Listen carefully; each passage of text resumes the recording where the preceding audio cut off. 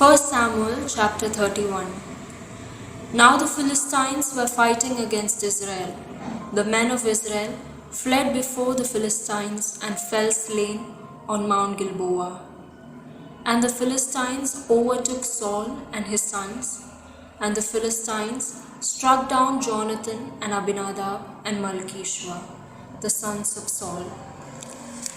The battle pressed hard against Saul, and the archers found him, and he was badly wounded by the archers. Then Saul said to his armor-bearer, "Draw your sword and thrust me through with it, lest the uncircumcised come and thrust me through, and mistreat me." But his armor-bearer would not, for he feared greatly. Therefore Saul took his own sword and fell upon it. And when his armor-bearer saw that Saul was dead, he also fell upon his sword and died with him. Thus Saul died, and his 3 sons, and his armor-bearer, and all his men on the same day together. And when the men of Israel who were on the other side of the valley, and those beyond the Jordan, saw that the men of Israel had fled, and that Saul and his sons were dead, they abandoned their cities and fled. And the Philistines came and lived in them. The next day, when Philistines came to strip the slain, they found Saul and his 3 sons fallen on Mount Gilboa. So they cut off his head and stripped off his armor and sent messengers throughout the land of the Philistines to carry the good news to the house of their idols and to the people. They put his armor in the temple of Ashtaroth, and they fastened his body to the wall of Bethshan.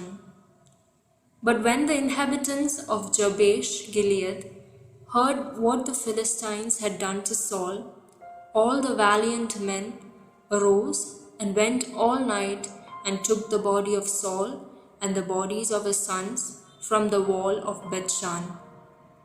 And they came to Jabesh and burned them there.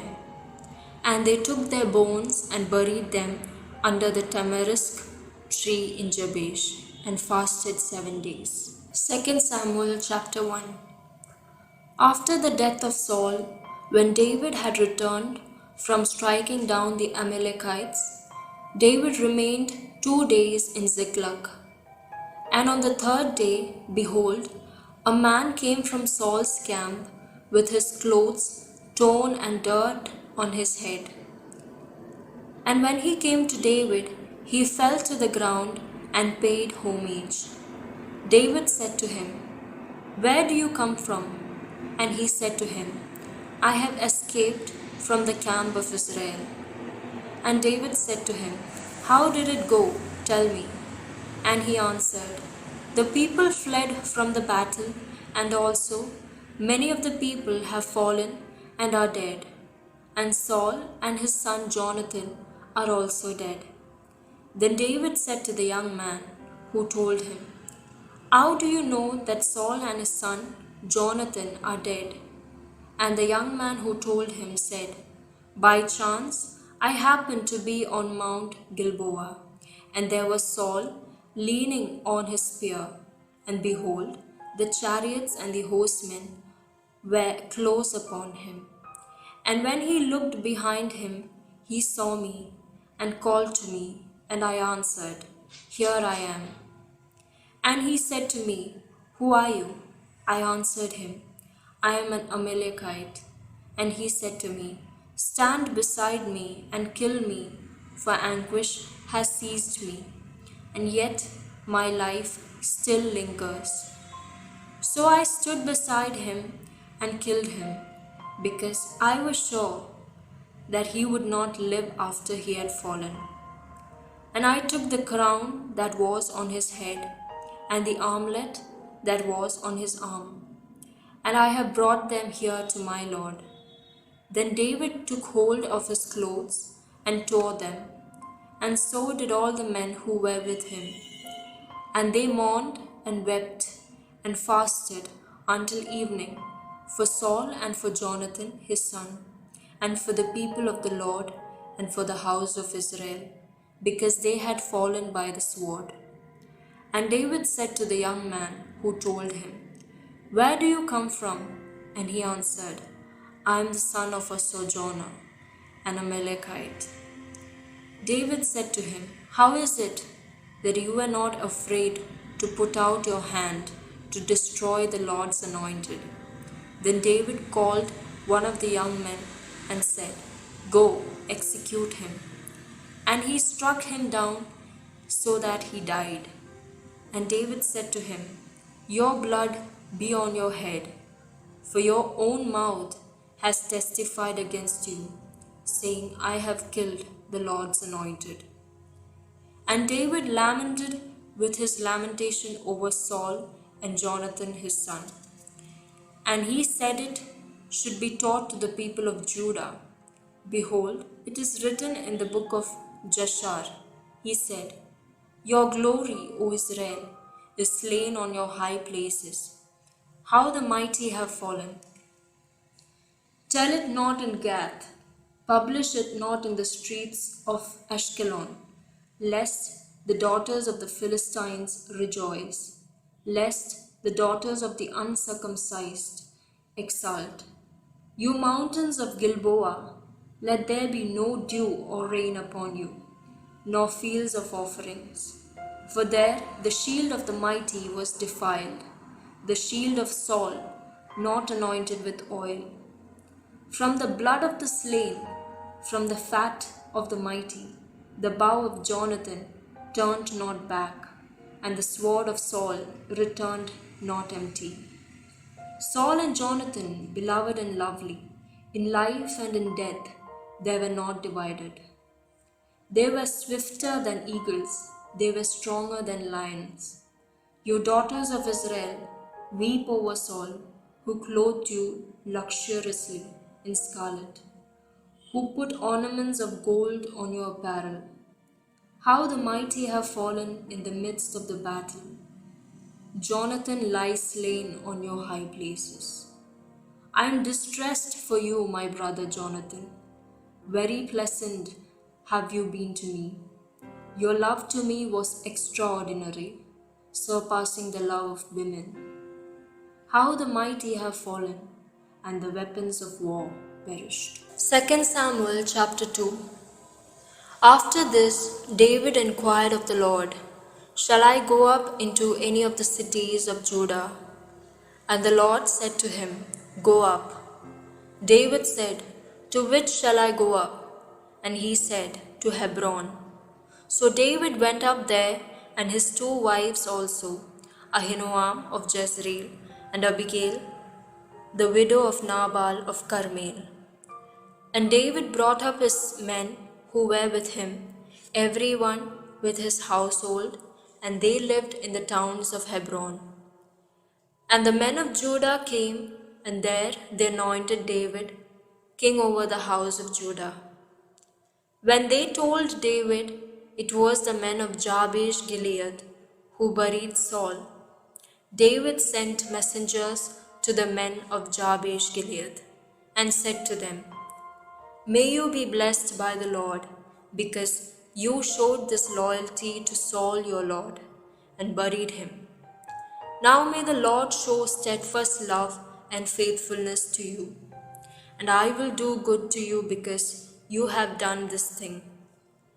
Now therefore let your hands be strong and be valiant, for Saul your Lord is dead, and the house of Judah has anointed me king over them.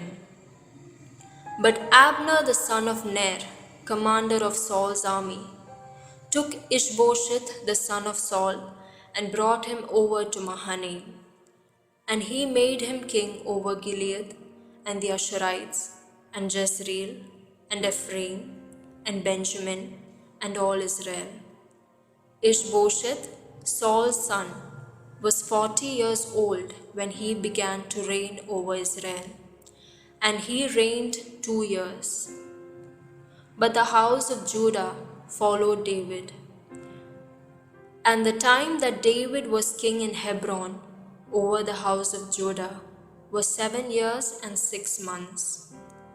Abner the son of Ner and the servants of Ishbosheth the son of Saul went out from Mahanaim to Gibeon. And Joab the son of Zeruiah and the servants of David went out and met them at the pool of Gibeon. And they sat down, the one on the one side of the pool, and the other on the other side of the pool. And Abner said to Joab, "Let the young men arise and compete before us." And Joab said, "Let them arise."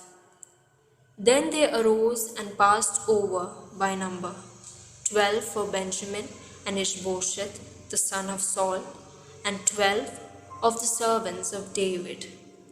And each caught his opponent by the head and thrust his sword in his opponent's side. So they fell down together. Therefore, that place was called Helkath Azarim, which is at Gibeon. And the battle was very fierce that day. And Abner and the men of Israel were beaten before the servants of David. And the 3 sons of Zeruiah were there, Joab, Abishai, and Asahel. Now Asahel was as swift of foot as a wild gazelle. And Asahel pursued Abner, and as he went, he turned neither to the right hand nor to the left from following Abner. Then Abner looked behind him and said, "Is it you, Asahel?" And he answered, "It is I." Abner said to him, "Turn aside to your right hand or to your left, and seize one of the young men and take his spoil." But Asahel would not turn aside from following him. And Abner said again to Asahel, "Turn aside from following me. Why would I strike you to the ground? How then could I lift up my face to your brother Joab?" But he refused to turn aside. Therefore Abner struck him in the stomach with the butt of his spear, so that the spear came out at his back, and he fell there and died where he was. And all who came to the place where Asahel had fallen and died stood still. But Joab and Abishai pursued Abner. And as the sun was going down, they came to the hill of Ammah, which lies before Giah on the way to the wilderness of Gibeon.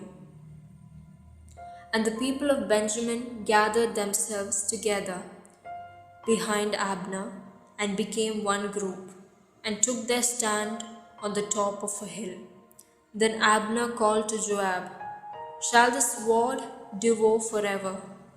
Do you not know that the end will be bitter? How long will it be before you tell your people to turn from the pursuit of their brothers?" And Joab said, "As God lives, if you had not spoken, surely the men would not have given up the pursuit of their brothers until the morning." So Joab blew the trumpet, and all the men stopped and pursued Israel no more, nor did they fight any more. And Abner and his men went all that night through the Arabah. They crossed the Jordan, and marching the whole morning, they came to Mahanaim. Joab returned from the pursuit of Abner, and when he had gathered all the people together, there were missing from David's servants 19 men besides Asahel. But the servants of David had struck down of Benjamin 360 of Abner's men. And they took up Asahel and buried him in the tomb of his father, which was at Bethlehem. And Joab and his men marched all night, and the day broke upon them at Hebron.